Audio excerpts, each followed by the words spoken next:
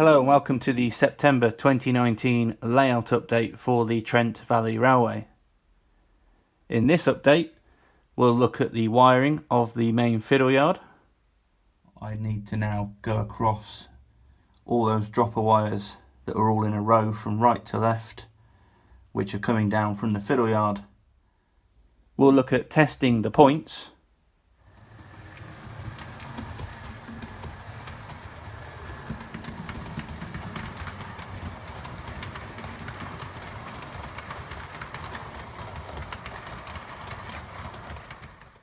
And we'll take a look at the plans for the layout over the next few months.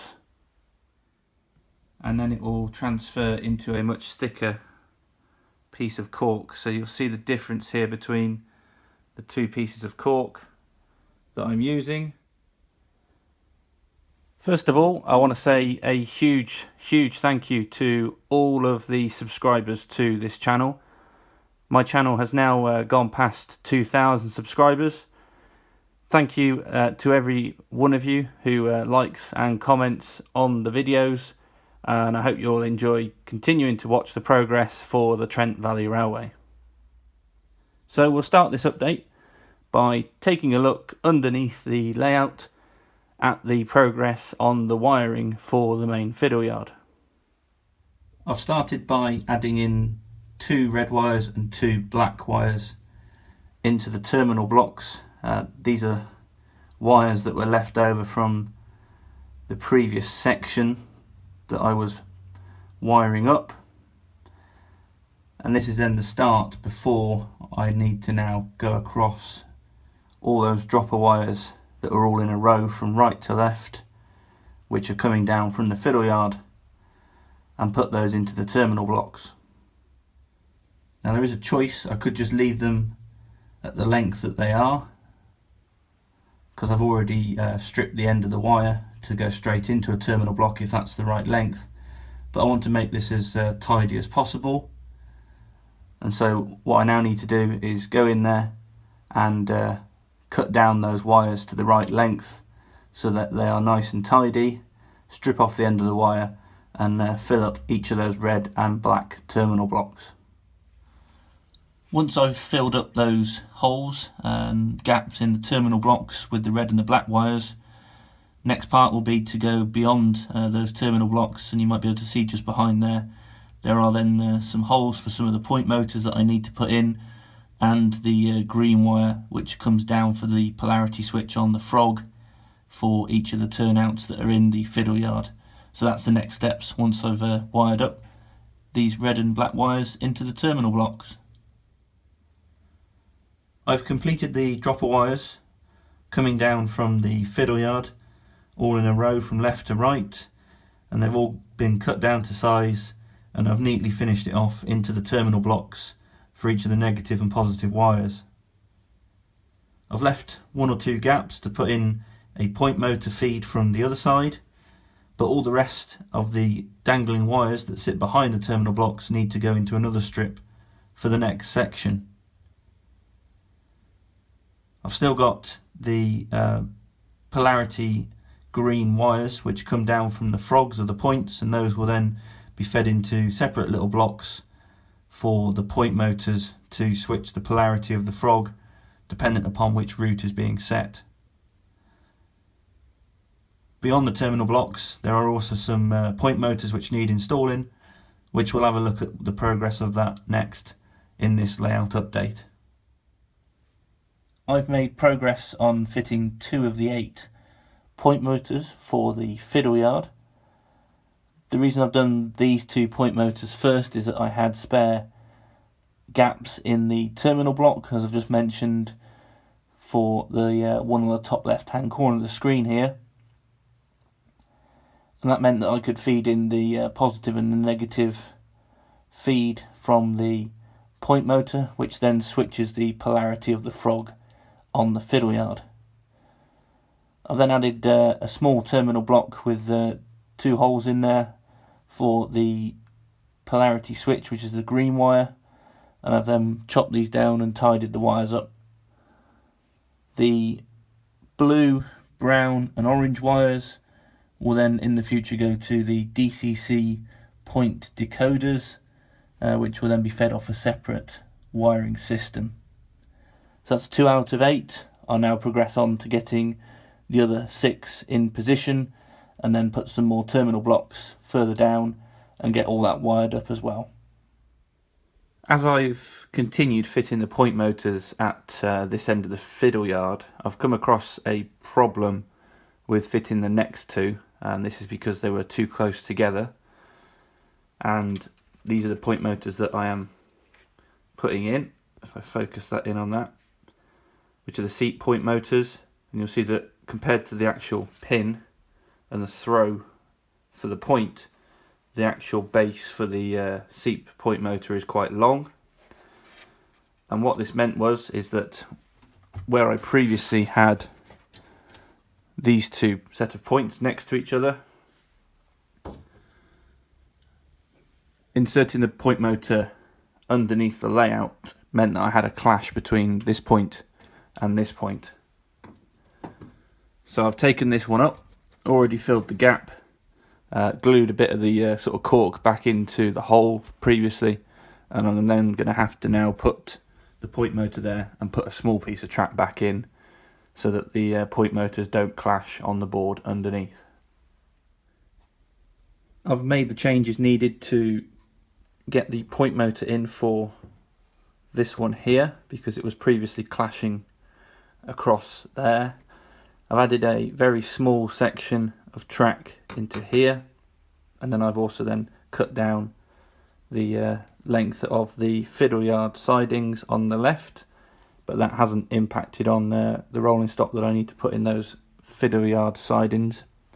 So just to show you that this is all very nice and smooth through there, it makes a bit of noise because of the rail joints that are in that section now, but that's now good to go with putting the point motor in underneath. I've got the 4 point motors here now installed, along with the other 2 I had done earlier, and these then have all the wires dropping down from them that I now need to wire up in this section of the layout. And finally I've got the last 2 in now as well. These are just the other side of that timber joist coming across. Those again are ready to go, all working fine. I just need those wiring up now for the polarity switch for the frog on the point to work, and then we can test some trains over that end of the fiddle yard. Similar to earlier on in this update, I've completed the wiring into the terminal blocks now for the fiddle yard points at the end of the garage. This time I've got the positive and negative either side of the polarity green wire switch terminal block in the middle, and this now means I can then test the trains on the points for the fiddle yard.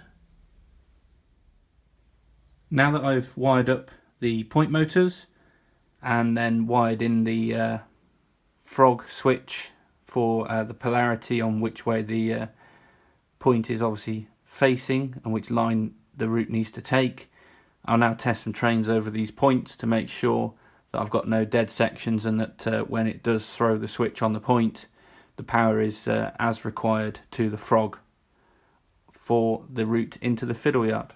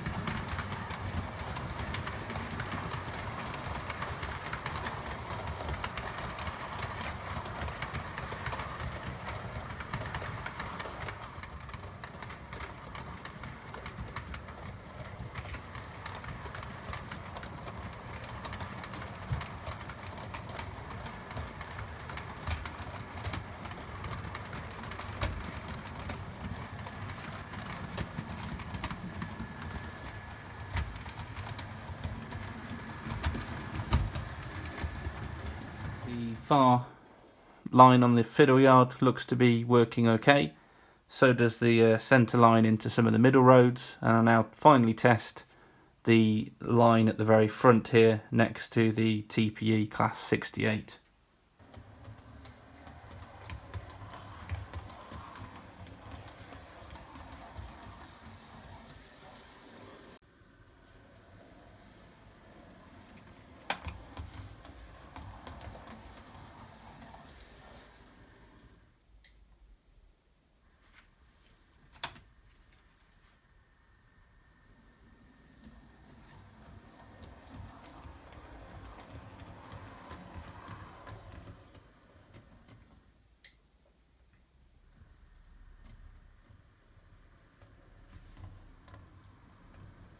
So all seems to be working very well there, even at slow speed, as you can see.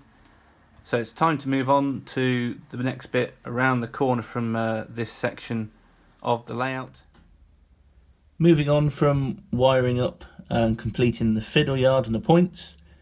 This is just around the corner from that. This is the next section to make progress on and get these wired up. This has 4 point motors to fit, and also some positive and negative wires coming down from the running lines, and I'll show you what this all looks like once I've completed it. Here is the next section of wiring complete. Looks a little bit messy, but that's because of the blue, brown and orange wires which haven't yet been connected up to the point decoders, but similar to the other sections, I've got the positive, negative and also the polarity switch for the frog with the green wires.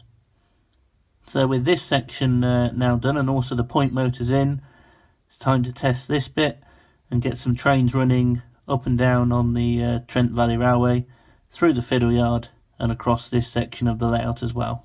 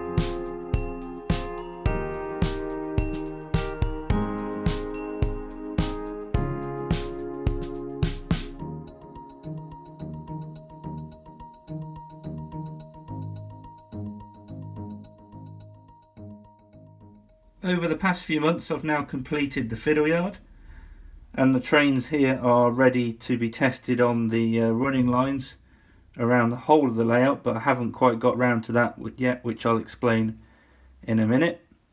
But during this update I've explained how I've got these points here all wired up, tested, and all of these are working. And as we come around, those lines then come around to these points here. This one here works, so does the three-way point, and I've got another point here ready for some more sidings in the future. But the next stage is to start having a plan and a think about the running lines and getting these fixed and working along the inclines. So the incline then starts as after it comes around this corner, and the foam incline then changes into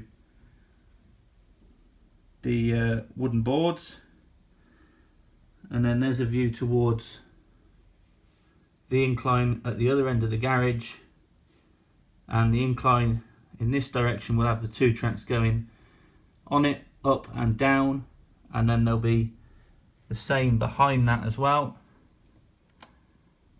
to join up with the lower level of the layout that I completed quite a few months back on this side of the garage. What I plan to do in this area with the foam section is to continue the thinner cork sheet on top of here until this section here then reaches the transition with the wooden baseboard sections, and then it will transfer into a much thicker piece of cork. So you'll see the difference here between the 2 pieces of cork that I'm using. The very thinner pieces here on the front, and then the thicker pieces at the very back. So there's a few millimeters difference of cork thickness there, and that transition will take place between the foam incline and the wooden baseboards. That will then mean that once I get to the scenic sections on the next level, it will have this thicker cork underlay, which will give a nicer scenery and context for the ballasting that will need to be done. So with these sections on the incline, the next part to complete, hopefully in future updates towards the end of this year, I'll have more trains running up and down the inclines and through the fiddle yard, and I'm hoping by end of the year I'll have a full circuit in operation. So thank you very much for watching this September layout update. Please do subscribe, comment, and I'll try and get back to you as soon as possible. Thanks for watching, and I'll see you in the next layout update.